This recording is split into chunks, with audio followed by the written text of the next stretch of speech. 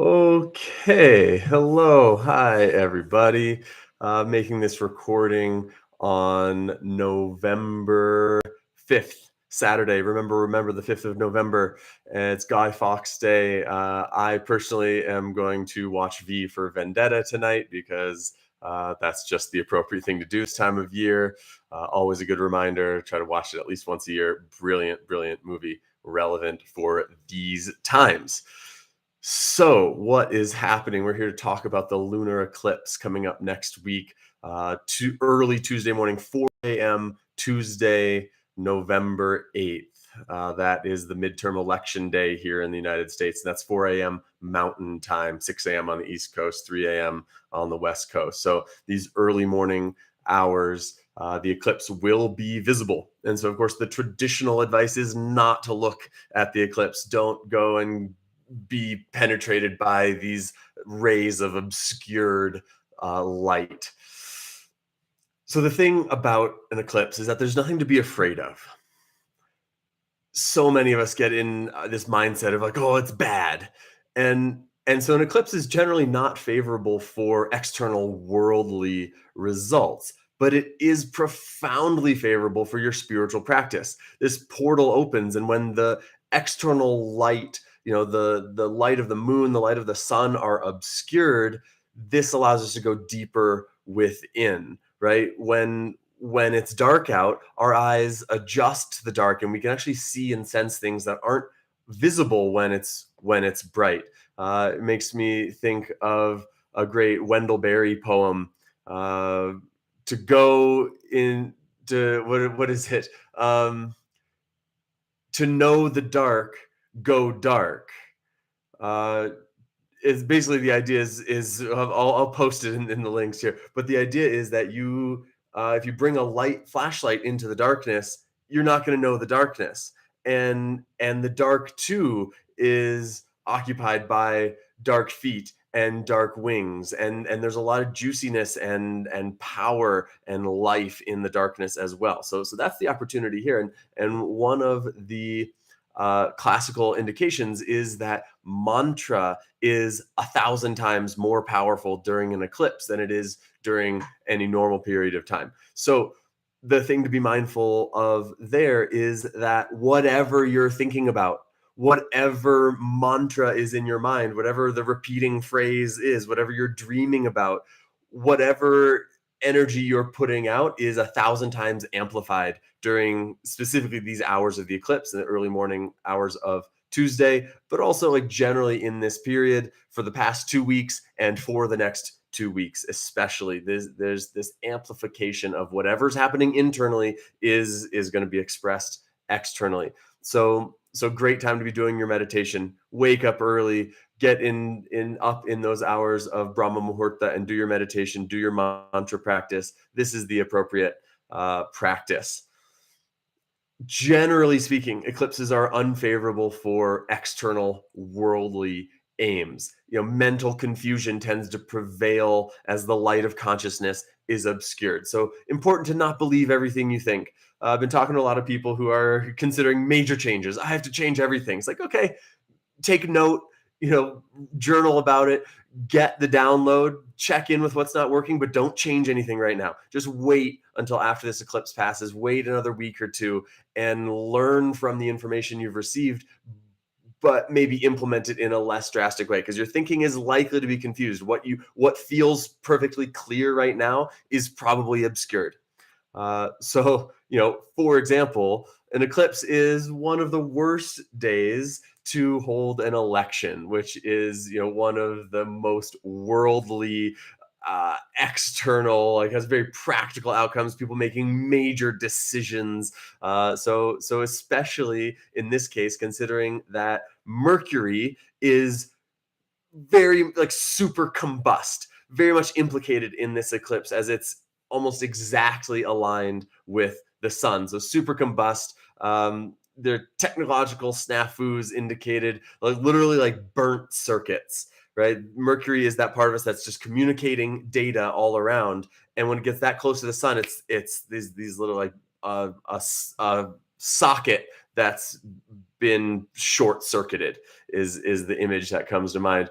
And then according to Barry Rosen, who is another Vedic astrologer, he's talking about how Neptune is in close conjunction to Rahu in this eclipse. So this Rahu is at 19 degrees, creating this lunar eclipse in the sign of Aries, and Neptune is at 22 degrees of sidereal Aries, and that's exactly opposite the sun, exactly opposite Mercury. And so, according to Mr. Rosen, this conjunction and opposition of Neptune shows technological misfires, and with Mercury opposing Uranus exactly into that Tuesday evening, he says if we do not have major technical problems with the election, it will be a miracle, is what Mr. Rosen says. So take that for what you will.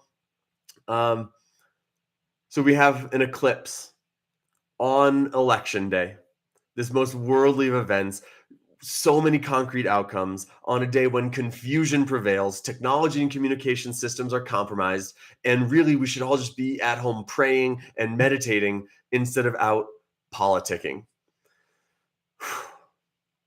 However, when Rahu, the north node, is obscuring the full moon to create a lunar eclipse, the indications are actually favorable for external action in service of manifesting worldly goals. So, there are 4 different types of eclipses, right? There you got the category of lunar or solar eclipse, and then you've got the 2 shadow planets, Rahu and Ketu, which either one can be creating it. And so when Rahu creates a lunar eclipse, that's the indication for external action in service of worldly goals. And so if that's the case, what sort of external actions are going to be supported? What sort of worldly goals are likely to manifest? And so for that, we're going to look to Bharani Nakshatra, which is the nakshatra that takes up, from 13 degrees of Aries to about 27 degrees of Aries. And so this sliver of the sky is all about rules and rule enforcement. And it's lorded by Lord Yama, which those yogis of you might know. Lord Yama is the Lord of death. And death, yes, but also self-control, restraint, the death being the ultimate limitation on our life. And so Lord Yama is the one who helps us control ourselves from doing negative things and adhere to our strict moral code. And pranayama is the restriction of the breath in order to unleash prana, right? So Lord Yama is all about these restrictions, and it's all about rules and following the correct path. And Lord Yama is one who is capable of acting with harsh cruelty without compassion. This sort of thing like, well, these are the actions you've taken and here's the result. Everybody dies. There's not really any negotiating with death, right? None of us are going to get out of this alive. And so that's like a little bit cruel, right? On some levels, like no matter how nice a person you are, you're going to die, and we're going to have to deal with that at some point. So that's the harshness and the bitter truth that comes with Bharani Nakshatra. And so we're all going to die. We're all going to face the results of our karmic choices. We're all going to have to bear the fruit of what we've done. And so there is. So, okay. One of the indications of Bharani is that there can be harsh acts or crimes done against planets placed there. And Bharani is actually the birth star of Rahu, and shows the impurity of Rahu. So that strict rule following, that moral adherence, Rahu poisons that and distorts it. And so this is where there's willingness to break the rules and distort the indications of any planets there. So we've got Rahu and the moon there. And so, what are the indications of the moon? It's the maternal archetype. It's women's issues. It's mothers. It's reproduction. It's got a lot to do with sexuality.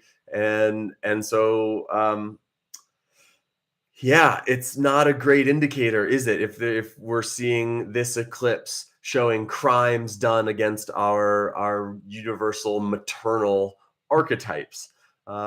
Now, there are stories in the Puranas of beings who performed intense sadhana, lots of mantra, lots of meditation, and they were able to change the mind of Lord Yama and extend their lifetime and get to live out a different timeline than was originally prescribed for them. And so at this time, Goddess Durga is the remedy for this Rahuvian confusion and poisoning of the well and deviance from moral standards. So if you're so inclined, invite you to spend the next couple of days, and especially that morning of the election, doing your Durga mantras or any form of the fierce mother goddess that feels appropriate or is familiar to you. Um, yeah. So the other piece that's in the mix here is that Venus is also within 5 degrees of the sun. So Venus and Mercury very closely conjunct the sun and Ketu. So this also emphasizes a certain relational dynamic. And again, the nodes around Ketu are in Aries and Libra, which is all about selfishness versus partnership, the agreements we've made to get along and cooperate versus just what I want to do on an impulse. And so that dynamic is generally up and alive. Perhaps you've noticed. And is being significantly emphasized with this eclipse with Venus in the mix. And so we want to be careful not to abandon relationships or agreements that have been long standing or carefully felt into and thought out, just because of an impulse or a burst of anger or anything like that. So just be careful. Again, no major decisions. Receive the information, meditate on it, pray with it, journal about it, do what you have to do, and wait a week or two to make a forward moving decision, especially now that Mars has gone retrograde. Really time to be in a more reflective mode and churn slowly through decisions, really act carefully, because speedy action is likely to break things that you may not want to break. So that's about what I've got for you today. Take care of yourselves, take care of each other, and I'll look forward to seeing you again real soon. All right, take care.